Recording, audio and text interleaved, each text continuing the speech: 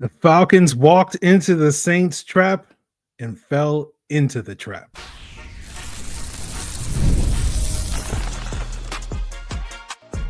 You are Locked On Falcons, your daily Atlanta Falcons podcast. Part of the Locked On Podcast Network, your team every day.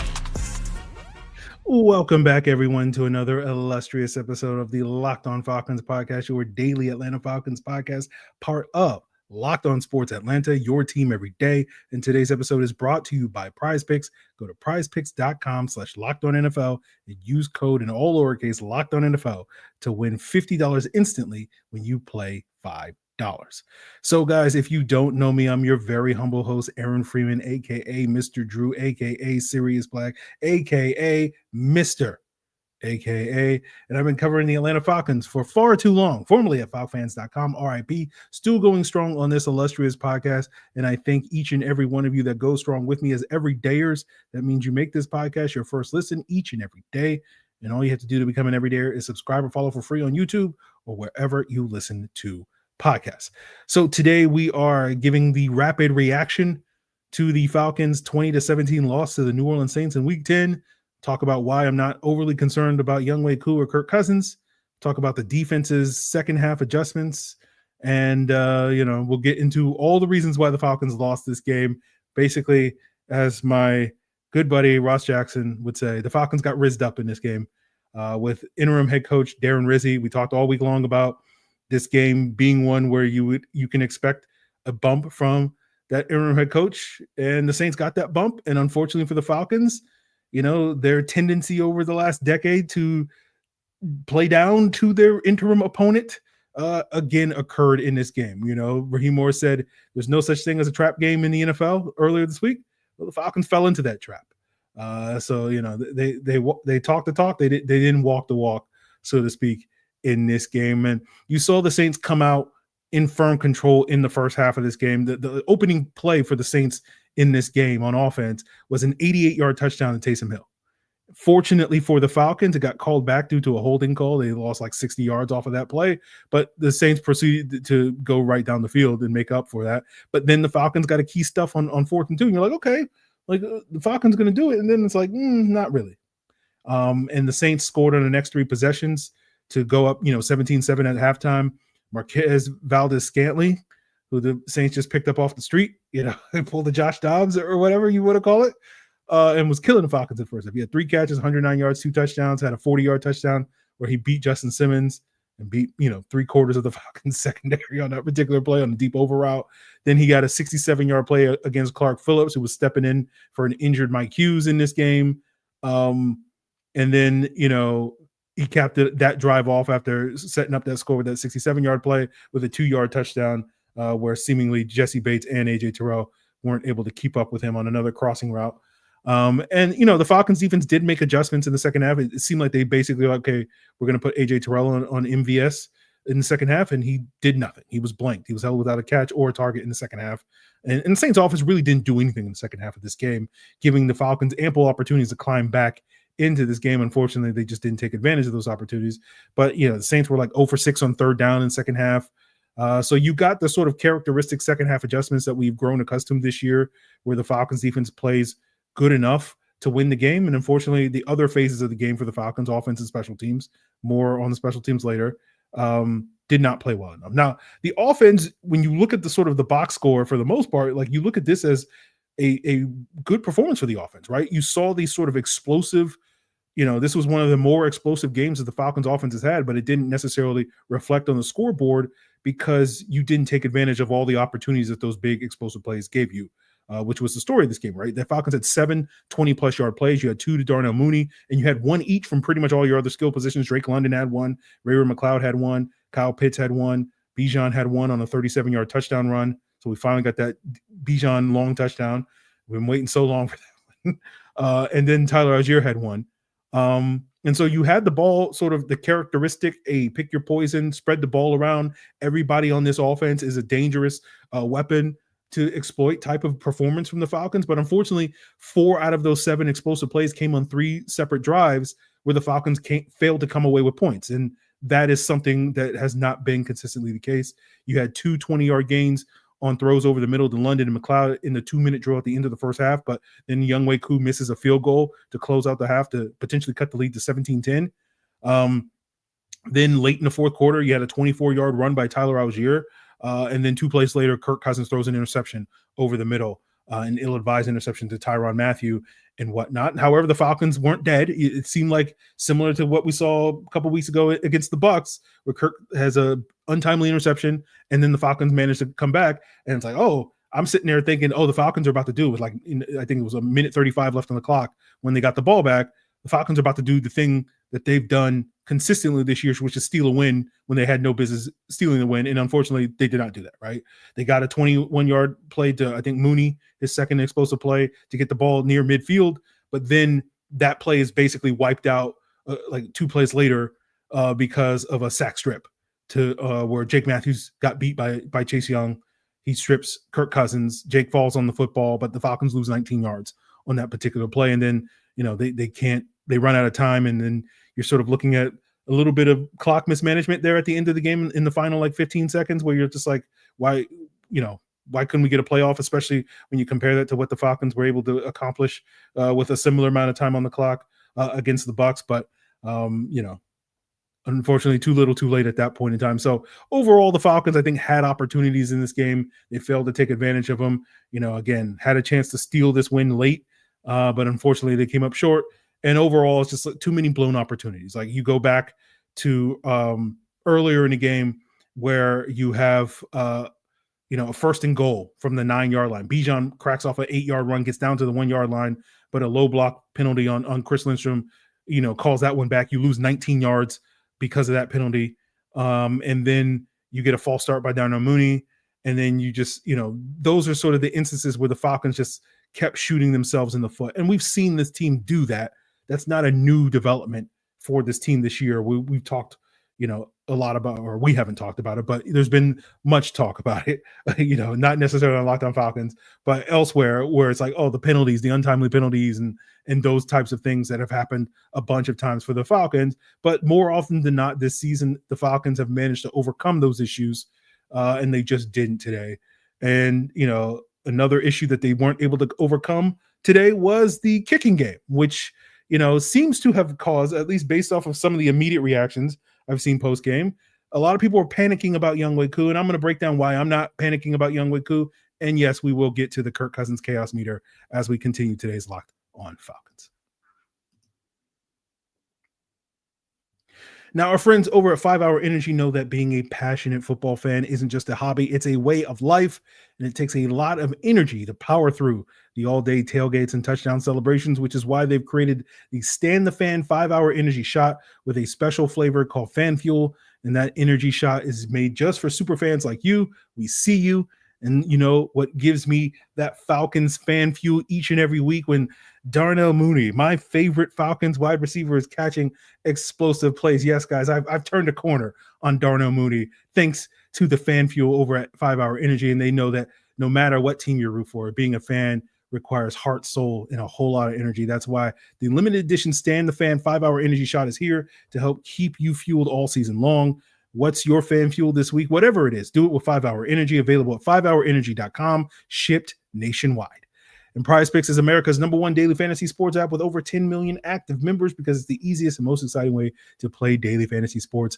Unlike other apps on PrizePicks, it's just you against the numbers. Pick more or less on at least 2 player stat projections, and you can watch the winnings roll in. And you can now win up to 100 times your money on your entry with just as little as 4 correct picks. And if you're looking to get in on the action because certain sportsbooks aren't available in your state, if you're in the state of Georgia, PrizePicks is available for you, which are also fast, safe, secure, and you can get your money in as quickly as 15 minutes. And as I've said all year long, just keep hammering that more on Bijan Robinson and Darnell Mooney, and you guys can watch the winnings roll in. So check it out by downloading the PrizePicks app and use code LOCKEDONNFL and get $50 instantly when you play your first $5 lineup. That's code LOCKEDONNFL for $50 instantly when you play $5. PrizePicks, run your game. So, guys, let's talk about Younghoe Koo. He was 1 of 4 today, missed 3 kicks, had 1 kick blocked. Both of the block kick, I think, was from 35. The 2 missed kicks were like 46 and 53.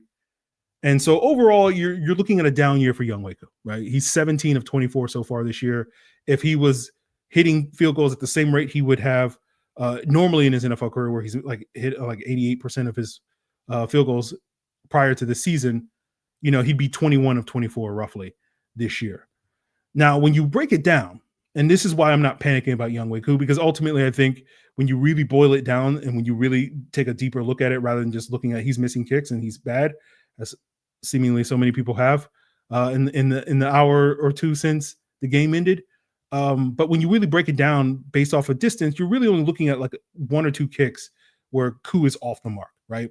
If you look at, he's 5 of 8 on 50+ yard kicks.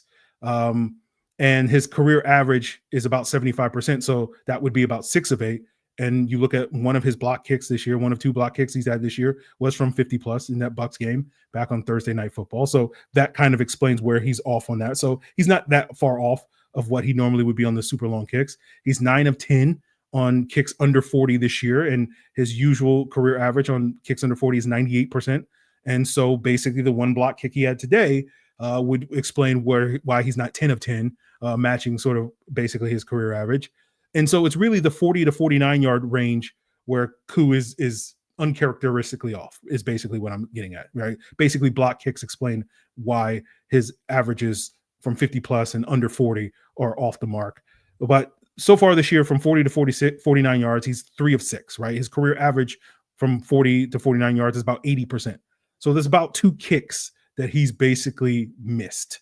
And basically today's 46-yard kick that he missed today hit off the right upright, and it was, if you saw the replay, it was like 6 inches, right? 6 inches this way, that's a made field, maybe even 4 inches this way, and that's a made field goal. So again, I'm not going to sit here and be like, oh my God, I can't believe Younghoe Koo missed a kick by 4 inches or 4 to 6 inches or whatever. And basically that's why I'm saying, like, we're really talking about like 1 or 2 kicks.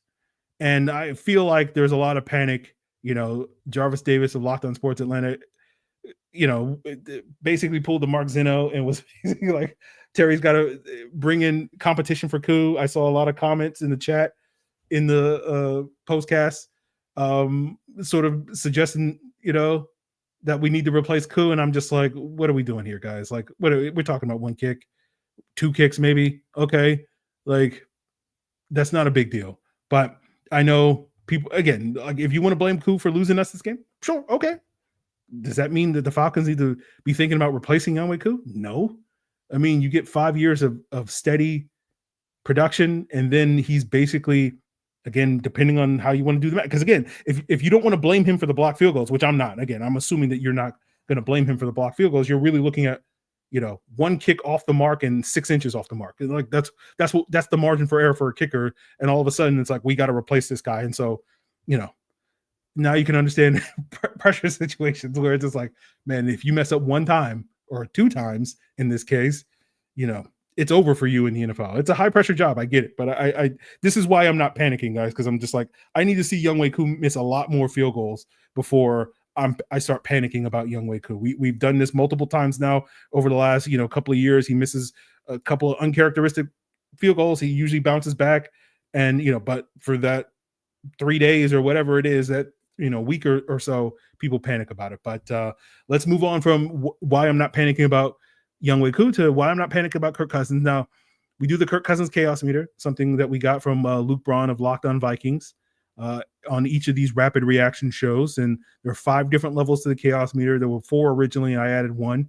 And the first level is, level 1, Kirk Cousins is too conservative for his own good. Level 2 is Game Manager Kirk. This is typical Kirk Cousins. Level 3 is Peak Kirk, where you get a little bit of chaos to get Kirk from being a game manager to being the peak version of himself. Level 4 is too much chaos. And then level 5 is the level I added this year, which is the chaos to the degree where now we have to start considering playing Michael Penix. Now, to me, this game is a level 4 game, but I don't feel great about that because in general, I think Kirk played well. Like, he got off to a little bit of a rough start on the opening couple of drives, missed probably 1 or 2 more throws than we would expect him to do. He threw that interception late, an ill-advised interception late. But like, really outside of those plays, like, I'm looking at maybe like 4 throws in this game where I'm like, oh, Kirk, what are you doing, my guy? And then like you look at the protection and a lot of the stuff with the sacks and the sack strips, is that on Kirk or is that on, blown protections and whatnot? And I don't think the protection was terrible today. They gave up 3 sacks, but all the sacks seemed to come at the worst times in this game. And unfortunately, Kirk couldn't hang onto the ball. And so that is something I am going to be critical of Kirk. Like, there's one thing to get sacked. It's another thing to get stripped in those situations. So that is why I'm going to go with level 4 in this game. But I do want to say it's a reluctant level 4. It's not an enthusiastic level 4 of chaos being of Kirk being too chaotic in this game. So, the Falcons didn't, they were held back by the quarterback. They were held back by their kicker.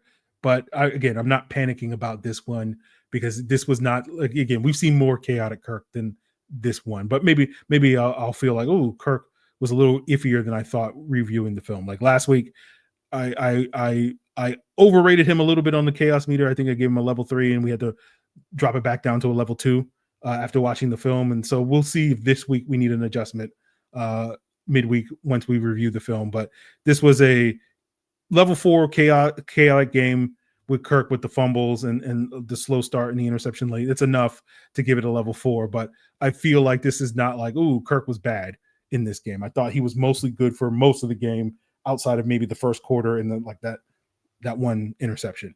But we'll see. Now, I know one particular person in the Locked On Falcons postcast chat was like, Aaron, you got to go level 5 on this one, meaning that we need to start talking about Michael Penix. And again, this is what I'm talking about. Like, I don't like talking trash about Falcon fans, right? It's the one I'll talk trash about the players all the time, but I don't like talking trash about Falcon fans because I think this fan base gets more than enough grief from outside, sources that like for me to heap more. But I do feel like there's a little bit too much panic. If we're, again, this is what I was talking about a couple of weeks ago when Kirk had a bad game. I can't remember which game it was. It was one of those, I think it was it might've been the first Saints game. But I started talking about like the Michael Penix simps. And it was just like, people are a little too thirsty to get Michael Penix on the field after one bad Kirk Cousins game. It's just like, for that one individual that wanted me to go level 5. And again, I hope that's just one individual out there, but I'm just like, all right, guys, we need to relax. Like this is what I'm talking about, the Koo stuff, like the fan base, like we need to chill out, and I'll break down later sort of why I feel like there shouldn't be too much panic after this game. But, part of that is, we want to end on a positive and talk about the defense's sort of redemption, right? With the defense playing well in the second half. And we've seen now steady progress over the last couple of weeks with this defense. And so is this something that we can continue to build on in the second half of the season as we move forward? And we'll get into all of that, guys, as we wrap up today's Locked On Falcons. So nothing delivers quite like the comfort and joy of unrivaled quality when you get that taste of Omaha Steaks. This year, skip the holiday hustle and bustle and save 50% off gourmet gifts site-wide at omahasteaks.com. Plus, get a $30 reward card when you shop early and score an extra $30 off with promo code NFL. 5 generations of experience. They consistently deliver the world's best steak experience, and the gifting experts at Omaha Steaks have made it easier to deliver the perfect gift with thoughtfully curated gift packages starting at $89.99. Who doesn't want a big old slab of beef this holiday? Why not some surf and turf, mouth-watering desserts? Treat yourself or your family right this holiday while saving 50% off site-wide at omahasteaks.com. Plus, our listeners get an extra $30 off with promo code NFL and a $30 reward card when you shop early. That's 50% off at omahasteaks.com and an extra $30 off with promo code NFL. Minimum purchase may apply. And guys, get ready to tackle more NFL action this season with FanDuel, America's #1 sportsbook, because right now new customers can bet $5 and get $150 in bonus bets if you win. And the FanDuel Sportsbook app gives you everything you need to place live bets on the NFL all in one place. So when you get that hunch in the middle of the game, you can go check out the latest stats, view the live play-by-play, and so much more on the same page where you place your bets, and you'll get started with $150 in bonus bets if you win your first $5 bet. by going to fanduel.com to join today. That's fanduel.com. FanDuel, America's #1 sportsbook. Never waste a hunch and make every moment more with FanDuel, an official sportsbook partner of the NFL. So we try to end this thing on a positive. And as I said, you got a strong performance from the Falcons defense in the second half. Saints were 0 for 6 on third downs in the second half. The Falcons run defense finally showed up. They shut down the Saints in the second half. The Saints were only successful on 1 of 7 designed runs in the second half. You know, they had a couple of scrambles from Derek Carr or whatever. You didn't quite get the pass rush going in the ways that you wanted to see after coming on the heels of a 3-sack performance last week against the Dallas Cowboys. No sacks in this game. I think 1 quarterback hit, but there was pressure in this game. Carr had 4 throwaways, and I recall all of those were due to pressure. So no real complaints about the Falcons defense. Again, not the greatest start in this game to fall into that hole. But as we've said all year long, you know, with this defense, we've made peace with the idea that this defense is going to be far from perfect. We just need winning performance. We need good enough performances from this defense. And we got that on this Sunday. And so you couple that with the lack of panic, at least from me, maybe from other people it's different, when it comes to the Falcons offense and their special teams. You know, I'm not going to take too much away from this loss. Okay. That's basically where I'm at, where I'm just like, yeah, man, it's unfortunately the Falcons lost this one. We'll see how they regroup next week against Denver. You're going to be going up against one of the better defenses in the NFL. So we'll see, especially how the offense responds. We'll see if the defense can continue to make strides, but they've been making steady progress over the last couple of weeks. And again, it's not, you know, Rome wasn't built in a day, as they say. So hopefully if they continue to make this type of progress, if the run defense can play like it did, the third down defense can play like it did, you know, this week in the second half, we get more of the pass rush we saw last week. You know, again, there is a formula in there. There is a recipe for, you know, a defense that actually might not just be good enough, but might be good. Again, we're probably weeks away from that, but I'm just sitting here saying there are positives to take away from the defense in this game. And again, if you're like me and you're not necessarily panicking about the offense or the special teams and just looking at this as like, yeah, it wasn't good enough, but this is not something that I think you have to worry about being a continued trend, because those units have consistently showed up this year. You know, you take away this game, you're like, a defense continues on its trajectory and the offense and special teams can rebound. You know, the Falcons are fine. That's basically what I'm getting at. So I think this is a tough loss. I understand why everybody's fired up about it. It's a rivalry game. You know, the Falcons come out flat. Everybody's sitting here going, don't fall into the trap, and the Falcons fell into the trap. So it feels especially frustrating based off of that. But I think you got to look at the big picture stuff, right? If I told you the Falcons would be 6-4 at this point, 4-1 in division at this point, I'm sure you would take it, right? You know, you don't, it doesn't feel good right now on Sunday afternoon, Sunday evening, you know, but I think when you guys wake up, or many of you, not all of you, but when many people wake up tomorrow morning, Monday morning, you'll be like, you know, it's not so bad. It's not so bad. And so, you know, it's funny because earlier this week, you know, there was a big event on Tuesday, not the trade deadline, but a big event in America with an election. And, you know, I saw some people, you know, coping with how those election results went by basically saying, hey, you know, the last time Donald Trump won the election, the Falcons went on to the Super Bowl.